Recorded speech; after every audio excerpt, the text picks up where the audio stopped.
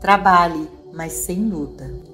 O Cristo opera livremente em proporção ao relaxamento dos nossos esforços pessoais.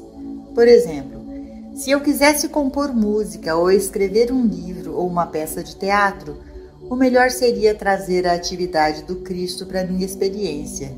Primeiro, percebendo conscientemente por alguns momentos que a substância desta nova forma já está dentro do meu próprio ser, que ela é minha como dom de Deus. E em seguida, ao tornar-me muito quieto, muito calmo e muito pacífico, na certeza de que esta ideia se tornará carne na forma de notas ou palavras, e assim se tornará tangível na minha experiência. Como sou capaz de cessar todos os esforços, de repente esta nova ideia irrompe em mim e se desdobra. Seja o que for, um novo enredo para uma história, uma nova peça musical, um novo poema, um novo projeto para uma casa, virá pela graça. O nosso bem não pode ser ganho pelo suor do nosso rosto. Não é para ser trabalhado para, ele vem até nós gentilmente, pacificamente, pela graça. Isso não significa que não iremos trabalhar arduamente. Pelo contrário, trabalharemos mais do que nunca, porque nos será dado muito mais trabalho a fazer. Mas esse trabalho não será da natureza de lutar pelo sucesso, lutar por ideias, competir por parceiros, por financiamento ou por reconhecimento ou recompensa.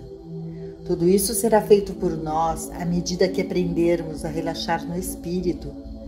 Há algo que nos levará através de cada experiência, e esse algo agora está vivo, alerta e despertado na nossa experiência. Descanse mais, relaxe mais, perceba cada vez mais que é o invisível que aparece visivelmente. O que quer que apareça como forma exterior é apenas o resultado da sua própria graça interior. E essa graça interior que foi dada a você está aparecendo e sempre aparecerá a cada momento de cada dia na forma visível e tangível necessária para a sua experiência abundante. Para que em nenhum momento você aceite a crença de que tem o direito de delinear a este espírito dentro de qual será a natureza de sua demonstração, certifique-se sempre em sua meditação de que sua atitude há de perceber que Deus é a inteligência infinita, que Deus conhece a natureza da demonstração e que você está receptiva a qualquer forma que a demonstração venha a assumir. Durante o último ano de minha experiência em negócios, meu negócio se tornou muito ruim e a cada dia, em vez de melhorar, ficava pior. Embora o tempo todo eu estivesse fazendo tratamentos para melhores negócios, o que significava mais pedidos e mais lucros, contudo, quanto mais os praticantes trabalhavam para mim, pior ficava o meu negócio, até que finalmente não havia mais negócio. 3 vezes numa semana foi-me dito que não tinha o direito de estar no negócio, mas que deveria estar na prática da cura espiritual. Isso era algo com que eu nunca tinha sonhado, mas depois de me terem dito pela 3ª vez que deveria estar na prática, abri um consultório como praticante, e então todos esses tratamentos e orações começaram a dar frutos. Não em mais encomendas, mas em pacientes e expressões de gratidão. A situação foi atendida, mas não da maneira que eu tinha pensado que deveria ser. Muitas vezes, estamos inclinados a delinear exatamente o que deve ser a nossa demonstração, enquanto que o caminho mais sábio é tomar a atitude de receptividade e deixar que o Espírito nos informe e nos direcione no caminho que devemos seguir.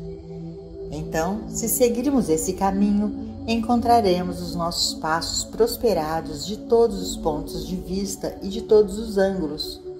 É quando vamos ao contrário da condução do Espírito que encontramos todos os tipos de obstáculos humanos.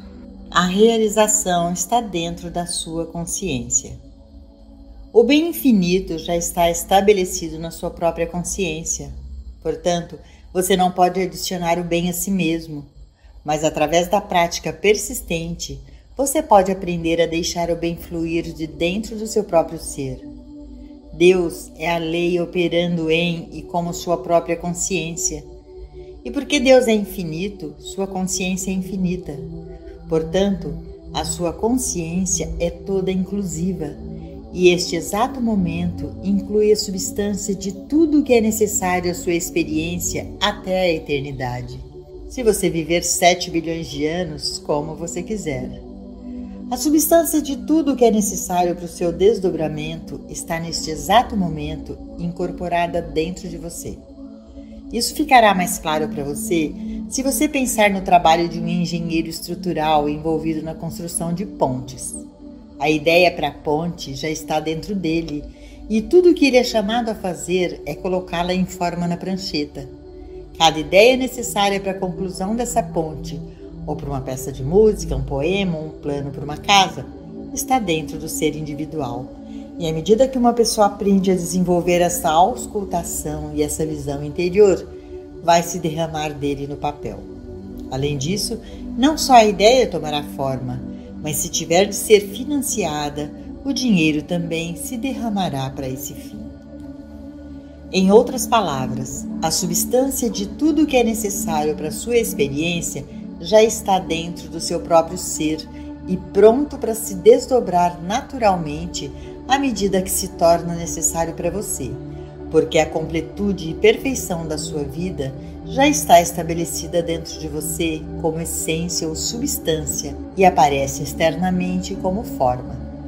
A sua parte é aprender a sentar-se nos seus momentos tranquilos de meditação, percebendo esta completude e compreendendo que a única barreira para a expressão da perfeição é a crença em 2 poderes, que constituem a mente carnal, mas que devem ser reconhecidos como nenhum poder, uma vez que só existe um poder, Deus. Relaxe na consciência de que dentro de você está a realização da vida, e com este reconhecimento começa o fluxo. O Mestre prometeu: eu vim para que eles possam ter vida e para que eles possam tê-la mais abundantemente. Eu vim, que eu estou dentro de você. Eu vim para que possa ser realizado. Realize-se como pais, realize-se como governante, realize-se como os filhos de Deus, realize-se em experiências harmoniosas, abundantes e progressivamente boas. Esse eu dentro de você está aí para esse propósito e a sua meditação é um relaxamento na realização de que a mente carnal não é poder e que o infinito invisível, que é a substância invisível do seu ser, a consciência invisível e a alma invisível de você, é a essência de todas as formas. É o seu salvador e a sua proteção em todas as suas experiências diárias. Quando a luta mental e física pelas coisas boas da vida é abandonada, todo o bem começa a se desdobrar naturalmente sem esforço. Isto é viver pela graça. Isto é seguir o ensinamento de Jesus, que é o fundamento de toda a mensagem do caminho infinito. Não penseis na vossa vida, no que haveis de comer ou que haveis de beber, nem mesmo no vosso corpo, no que haveis de vestir. O vosso Pai Celestial sabe que necessitais de todas essas coisas, pois é um bom prazer para o vosso Pai dar-vos o reino. As nações do mundo esforçam-se atrás das coisas, lutam por coisas, vão à guerra por elas e até rezam por elas, enquanto o tempo todo o seu Pai Celestial sabe que elas têm necessidade dessas coisas e é do seu bom prazer dar-lhes o reino. A vida do espírito é um relaxamento na compreensão de que a essência ou substância de todo o bem já está dentro de você e está se desdobrando na sua experiência de uma forma ordenada, progressiva e abundante. Essa é a nova vida pela graça, em que o Cristo está vivo e ativo na sua consciência, e a partir de então será impossível para você evitar experimentar os frutos do Cristo. Mas em que medida? Dependerá de você. O princípio está claramente estabelecido e, portanto, o grau ou a quantidade de frutos experimentados repousa em você individualmente. Através da mesa. O caminho infinito é como o meu reino, que o Mestre nos diz não é deste mundo, e a função do caminho infinito não é nos dar meramente a paz que este mundo dá, mas uma paz mais profunda, mais duradoura. Do ponto de vista prático, isto significa que, embora não nos preocupemos principalmente em curar corpos doentes ou aumentar a quantia dos nossos dólares, no entanto, à medida que este meu reino e minha paz são alcançados, a saúde da mente, do corpo e suprimento são as inevitáveis coisas acrescentadas. O objetivo da nossa realização é a consciência espiritual. Nossos escritos e gravações revelam os princípios da vida espiritual, que, quando praticados, aprofundam e enriquecem a consciência. Esta consciência alcançada é o Cristo que agora vive as nossas vidas. Torna-se o nosso pão, carne, vinho e água. Torna-se a ressurreição do túmulo da vida material, elevando-nos à vida de filiação divina, para que não vivamos mais pela força nem pelo poder, mas como um herdeiro de Deus. No trabalho de cura, lembra-se de que não podemos encontrar um problema no nível do problema, isto é, não podemos alcançar a saúde superando doenças, não podemos ter abundância aumentando a nossa oferta de dólares, não podemos alcançar companheirismo por amizades ou casamento. Somente voltando o pensamento da aparência para a realização de Deus como onipresença e onipotência e alcançando a experiência real ou a consciência do infinito invisível, é que encontramos as harmonias da vida aparecendo consistentemente e abundantemente. As provas visíveis podem muito bem ser a saúde da mente e do corpo, a abundância de suprimentos e amizades satisfatórias ou casamento. Isto vem como fruto da consciência alcançada de Deus.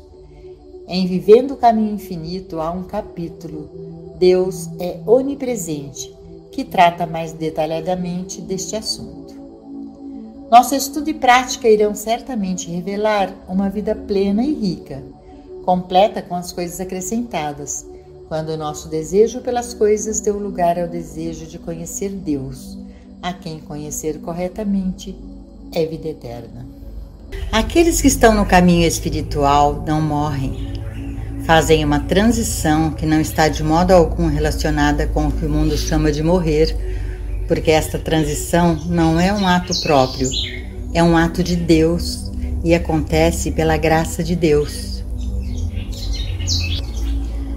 Se você olhar para trás em sua própria experiência, terá uma compreensão melhor de todo este assunto. Você veio a este mundo como uma criança e quando fez a transição da infância para a juventude, com um corpo de aparência totalmente diferente, você não morreu ou passou adiante, simplesmente fez uma transição. Alguns anos depois disso, você atingiu a idade da puberdade e outra mudança ocorreu no seu corpo. Mas não estava morrendo ou passando, era apenas uma etapa de transição para outra fase da vida. Então, ao chegar à adolescência, você passou para outra fase da vida, completamente diferente do estágio de 12, 13 ou 14 anos. Toda a vida assumiu uma compleição diferente porque você fez uma transição da juventude. As bonecas e brinquedos já não lhe interessavam, e mesmo o basquetebol, o beisebol e o futebol deixaram de ser o centro do seu mundo, porque o mundo fora do parque infantil e o filme de bairro se estendia em horizontes cada vez mais alargados. Então, você continuou até que um dia você se encontrou na verdade, e quando se tornou um estudante sério da verdade, encontrou-se noutro mundo.